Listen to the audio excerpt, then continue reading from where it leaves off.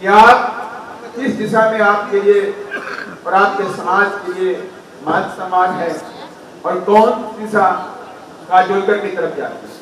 इधर दो दिशाएं आज भी हैं देश में।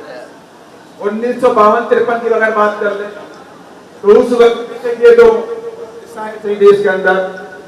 एक काजोलकर की थी जो कांग्रेस ने पैदा की और उसके बाद भी एक दिशा पैदा की बाबू, और एक दिशा थी हम सब के मसीहा बाबा साहब डॉक्टर अम्बेडकर के साथ।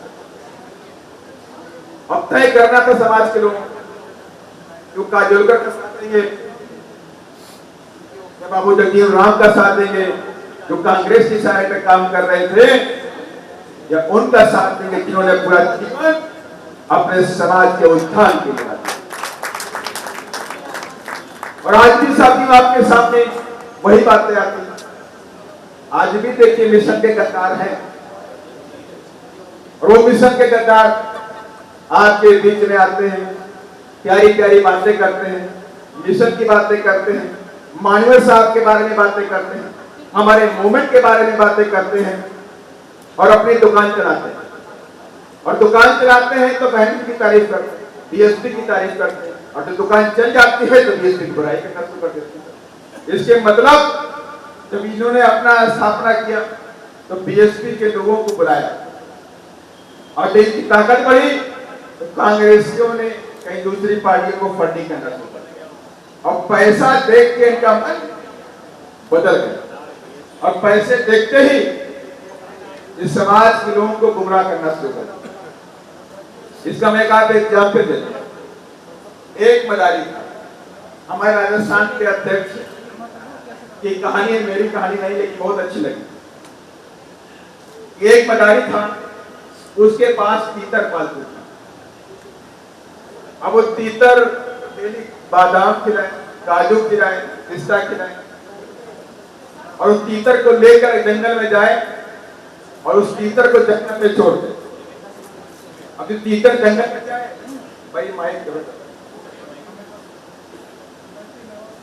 थोड़ा हाथ नीचे कर लीजिएगा, फेस नहीं आ रहा।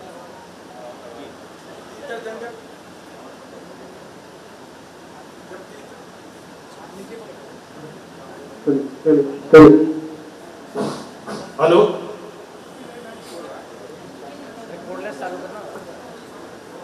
हेलो, हेलो,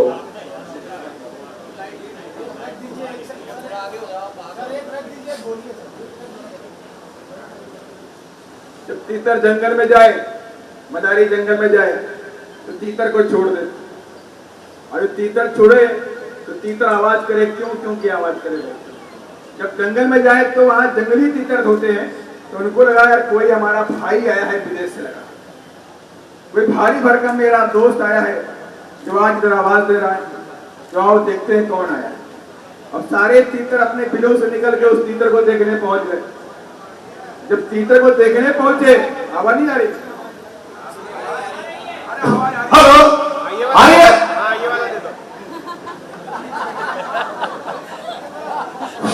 आवाज आ रही भाई?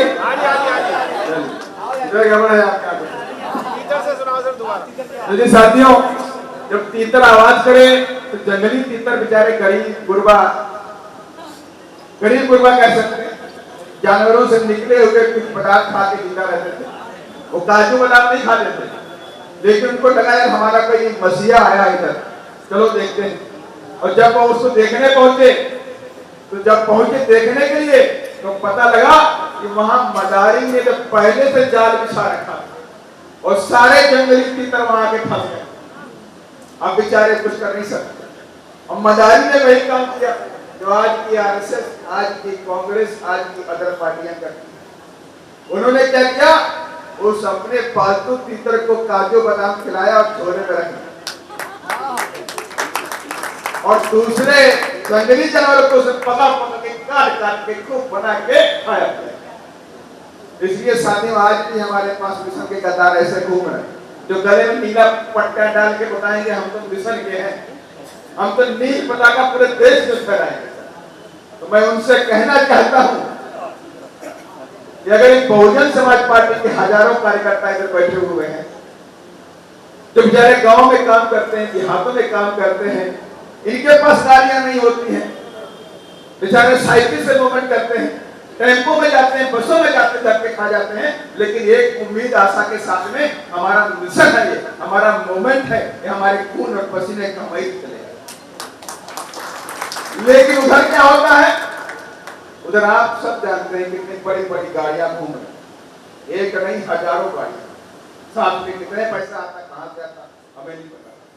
मैं दवा जाता हूँ यहाँ से, दिल्ली से मैं हरिद्वार जाता हूँ, पंजाब जाता हूँ, उत्तर प्रदेश जाता हूँ, मैं सोचता हूँ कि आने जाने में तो 10,000 का डीजल लग रहा है, एक गाड़ी का खर्चा है, तो 50 गाड़ी खर्चा कितना आता होगा भाई? तो मामला कुछ गड़बड़ देखिए है, दाल में काला जरूर कुछ न कुछ।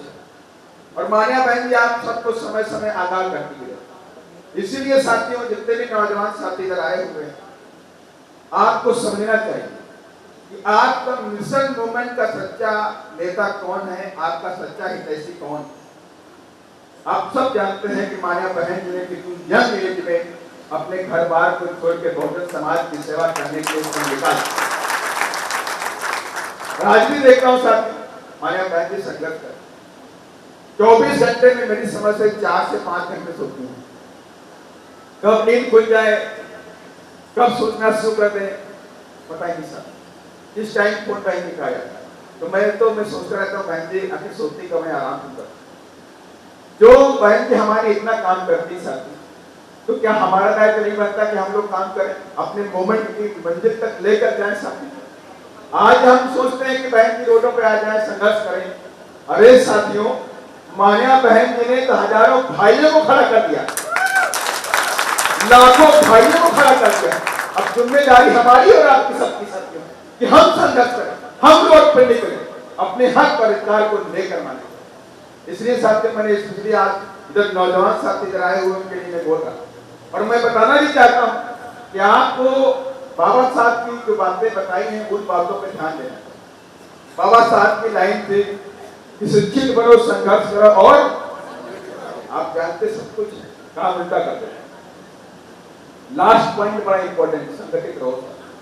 शिक्षित बनो, संघर्ष करो और संगठित रहो। शिक्षित बनने के नाम पर बाबा साहब ने कहा, मेरे बच्चों, आपके घर में 2 वक्त की रोटी अगर है तो 1 वक्त की रोटी खा लो, 2 रोटी है तो आधी रोटी 1 रोटी खा लो, लेकिन अपने बच्चों को शिक्षित बनाओ, क्योंकि शिक्षा वो शेरनी का दूध है जो पिएगा वो दहा है। ये बाबा साहब ने। और संघर्ष के नाम पे बाबा साहब ने कहा कि मेरे बच्चों, हम तुमको अपना संविधान लेकर जाए, और इस संविधान के अंदर सारे अधिकार, और इन संवैधानिक अधिकारों के लिए आपको जीवन भर संघर्ष करना पड़ेगा, क्योंकि संघर्ष से ही आपको अधिकार मिलने वाले हैं। अधिकार मांगे नहीं जाते हैं, अधिकार छीने जाते हैं।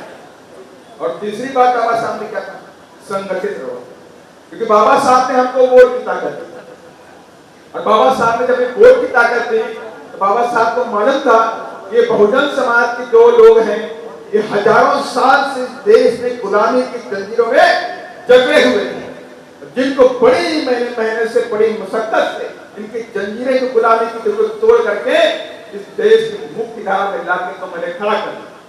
लेकिन आने वाले समय में ये कैसे अपने बच्चों का मान सम्मान बचा कर रखेंगे, उसके लिए हमें कोई ना कोई व्यवस्था करनी पड़ेगी। और उसलिए बाबा साहब ने आपको वोट का अधिकार दिया और कहा, मेरे बच्चों, इस वोट को कभी जाया मत देना। इसी वोट के जरिए आपके भाग्य की तकदीर बदलने वाली है। इसी वोट के जरिए आप पे जो अत्याचार हो रही है, आप पे अत्याचार हो रहे हैं, वो सब खत्म हो। इसीलिए मेरे बच्चों, इस वोट को आपको कमजोर नहीं समझना चाहिए। अपने वोट की वैल्यू को समझिए। वोट आपको बेचना नहीं चाहिए। आपको मैंने वोट की ताकत इस देश में राजा बनने के लिए दी है, ना कि 1 बोतल दारू, 1 किलो मुर्गा मटन देने के लिए। इस बात को समझना चाहिए साथियों। इस बात को हमें गांव लेके जाना चाहिए, वार्ड में लेके जाना चाहिए, बस्तियों में लेके जाना चाहिए। अपने संवैधानिक अधिकारों के प्रति उनको जागरूक करना चाहिए। To reach the people and reach the people. इस मैटर पे जाके हमें करना पड़ेगा, जाके हम ये कह सकते हैं कि हम सही दिशा में चल रहे। और हमें ये बात भी याद रखना चाहिए कि बाबा साहब ने संविधान सभा के अंदर आखिरी बात 26 नवंबर 1949 को बाबा साहब ने देश को वार्निंग दी, और बाबा साहब ने कहा कि मैंने आज अपने देश के अंदर आज संविधान 26 जनवरी 1950 को लागू हो जाएगा और हम लोग विरोधाभासी जीवन में प्रवेश कर जाएंगे। और जहां पर मैंने अपने समाज बहुजन समाज के लोगों को राजनीतिक न्याय दे दिया, लेकिन इनका सामाजिक और आर्थिक न्याय देना भी बाकी है। और मेरी आने वाली सरकारों से गुजारिश है कि वो जल्द से जल्द इन पीड़ित लोगों को सामाजिक और आर्थिक न्याय देने का काम करें। बाबा साहब ने प्रियम्बल लिखी है, जस्टिस ने बात कही साथी, और बाबा साहब ने यह भी कहा कि आज मैंने अपने बहुजन समाज के लोगों को तो राजनीतिक न्याय दे दिया, लेकिन अभी सामाजिक आर्थिक न्याय बाकी है। राजनीतिक न्याय में बाबा साहब ने हमको क्या दिया? 1 वोट 1 मैन 1 पेंशन। माने आपकी जो वोट की कीमत है, इस देश के सबसे रईस आदमी कौन है? कौन है भाई बताओ? अंबानी। तो माने आपके वोट की कीमत अंबानी के वोट के पहला न्याय बाबा साहब ने आपको दे दिया। लेकिन सामाजिक रूप से क्या आप अंबानी के बराबर हैं? आर्थिक रूप में क्या अंबानी के बराबर हैं? तो सामाजिक रूप में बराबर नहीं है, आर्थिक रूप में बराबर नहीं है। तो इसके मतलब है अभी संविधान पूरी तरह से लागू नहीं हुआ। संविधान ये कहता है, आर्टिकल 15 ये कहता है, इस देश के अंदर जात धर्म जन्म स्थान के नाम पर कोई ऊंच नीच की भावना नहीं हो। क्या ऐसा है? क्या होता है? राजस्थान के मेरे साथी बैठे हुए हैं, उत्तर प्रदेश से भी कुछ साथी इधर आए हुए हैं, तो मेरी समझ से अभी कहीं भी जातिवाद खत्म नहीं। लेकिन संविधान कहता है कि देश में जातिवाद नहीं होनी चाहिए। संविधान कहता है जस्टिस, लिबर्टी, इक्वलिटी। इक्वलिटी की बात संविधान करता है। तो इससे मतलब संविधान लागू नहीं हुआ है, और इसीलिए माननीय कांशीराम साहब ने 14 अप्रैल 1983 को बहुजन समाज पार्टी के निर्माण करके बहुजन समाज के लोगों के हवाले कर दिया और कहा कि बहुजन समाज पार्टी बाबा साहब के विरुद्ध कार्रवाई को, बाबा साहब के मिशन को, बाबा साहब के संविधान को सत्ता में आके पूरा करेगा। और इसीलिए बहुजन समाज पार्टी का निर्माण हुआ। किसी को गलतफहमी नहीं होनी चाहिए। और बहुजन समाज पार्टी के संविधान में ये लिखा हुआ है, उद्देश्य में लिखा हुआ है कि बहुजन समाज पार्टी इस देश में सामाजिक परिवर्तन और आर्थिक मुक्ति का आंदोलन करना चाहती है। ये जो विचारधारा है, इस विचारधारा की वजह से ही इस देश की तमाम पार्टियां हैं, अम्मा पापा वाली पार्टियां, वो बहुजन समाज पार्टी से घबराती। लास्ट में सारी पार्टी एक हो जाती है, चाहे कांग्रेस हो, चाहे बीजेपी हो, चाहे अम्मा पार्टी हो, चाहे पप्पा पार्टी हो, चाहे वो साइकिल हो, चाहे कोई पार्टी हो, इस सारे लोगों का एक ही टारगेट रहता है, बीएसपी को रोको। अगर बीएसपी आ गई तो बाबा साहब के संविधान को लागू कर, इस देश में रिजर्वेशन लागू हो जाए, इस देश में 100% इस संविधान लागू हो जाएगा।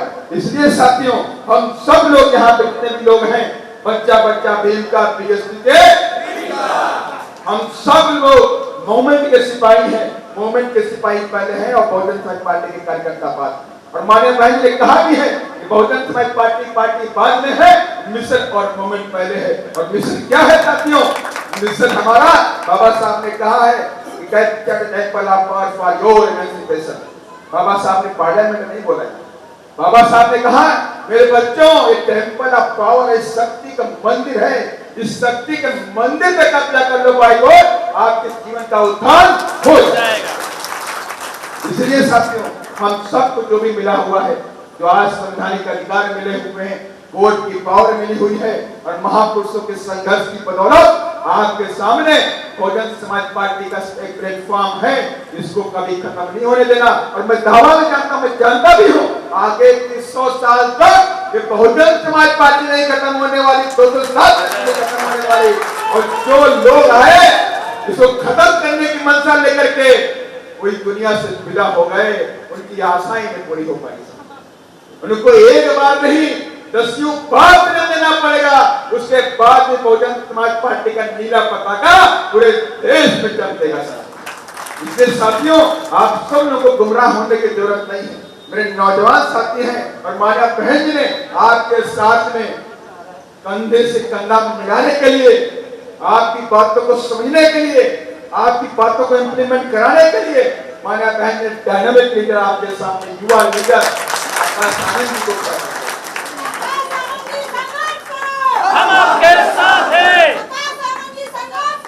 हम आपके साथ हैं। इसलिए साथियों, जो बहरूपी हैं उनसे आपको बचना है। मैं किसी को नेता का नाम नहीं दे रहा, आप सब समझदार हैं, बहुत समझदार मेरा समाज है, क्योंकि हम सब बाबा साहब के संतान हैं। तो इस देश का संविधान लिख सकता है तो अपने दिमाग में समझ सकता है कौन आदमी हमारा है, कौन अपना पराया साथी। इस बात को आपको अंडरस्टैंड रखना चाहिए, क्योंकि नाम लेने से आदमी फेमस होता है, फेमस होना करना किसी को। हमें 1953 की बात याद रखनी चाहिए कि बाबा साहब को हराने के लिए कांग्रेस ने कानून को खड़ा कर दिया, इसलिए कि हमारे वोटों का डिस्ट्रीब्यूशन हो जाए, हमारे वोट बढ़ जाए। और आज भी साथ ये हो रहा है कि हमारे वोटों पे दुश्मन की निगाह है।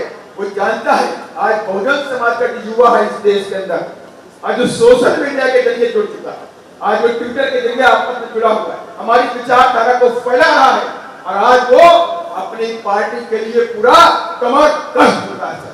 ये उनको डर सकते हैं।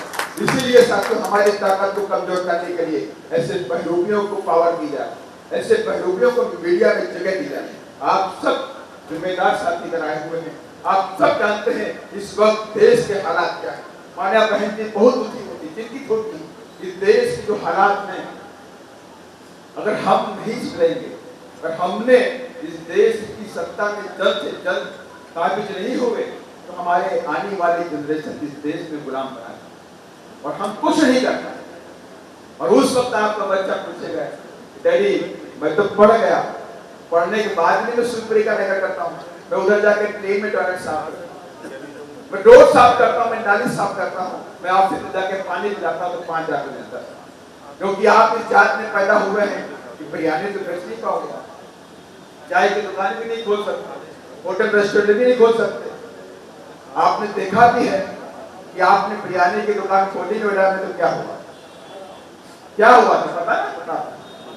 इसके मतलब है वो भी नहीं कर सकते आप, तो बचा फिर आपके पास। इसलिए साथियों, हम सब उन महापुरुषों की संतानें हैं जिन्होंने इस देश को संभालने, इस देश को बढ़ाने में संविधान से लेकर कई चीजों तक हमको दिया, और हमें इस बात को याद रखना चाहिए। और हमें पूरी आशा विश्वास है कि हम सब लोग जो आज की डेट में सरकारें हैं या उससे पहले केंद्र में सरकारें थी, ये लोग जो नए नए कानून लेकर आ रहे हैं, ये सारे कानून लेकर आ रहे हैं, बिना बहस के राज्यसभा के अंदर, लोकसभा के अंदर ऐसे कानून पास कर दिए जा रहे हैं जिनमें सीधा सीधा हमारे संवैधानिक अधिकारों पे हमला, और हम कुछ नहीं कर पाए क्योंकि नंबर ऑफ मेंबर्स हमारे पास नहीं, हम कुछ नहीं कर पाए। हम देख रहे हैं ये जो बिल आया है इस संविधान के खिलाफ, एक कानून बना रहे हैं संविधान के खिलाफ है, ये कानून दलितों के खिलाफ है, आदिवासियों के खिलाफ है, कितनों के खिलाफ है, गरीबों के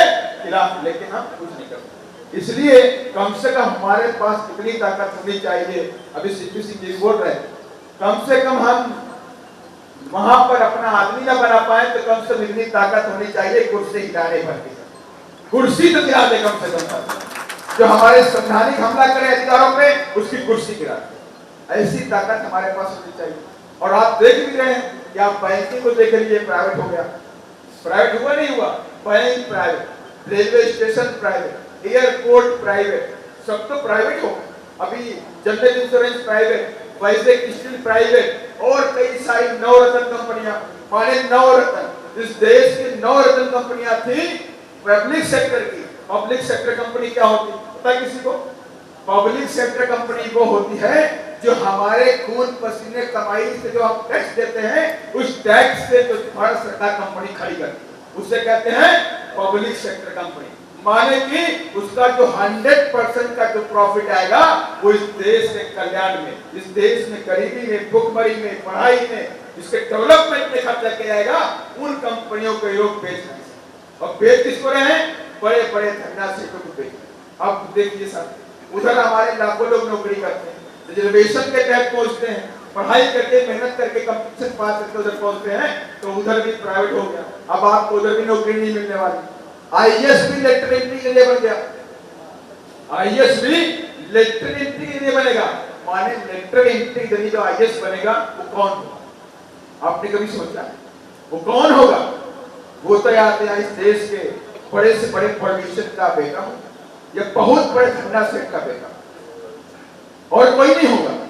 वो सीधे एंट्री होगी बिना इंटरव्यू के एंट्री हो जाए, सीधे एंट्री और सीधे पीएमओ में जाकर के सेक्रेटरी बन के बैठे और आपके अधिकारों को धीमे धीमे कर तो आप कुछ नहीं करें। इसलिए साथियों, उधर भी आप नहीं बन पा रहे थे, हॉलीवुड बॉलीवुड में भी नहीं आप हैं, बिजनेस में भी आप नहीं हैं, सुप्रीम कोर्ट हाई कोर्ट में भी आप नहीं हैं, तो बच्चे फिर आप कहां? आपको समझना पड़ेगा। अगर अभी हम नहीं समझेंगे तो कब समझेंगे? जब हमारे पास सब कुछ खत्म हो जाएगा तब क्या समझेंगे?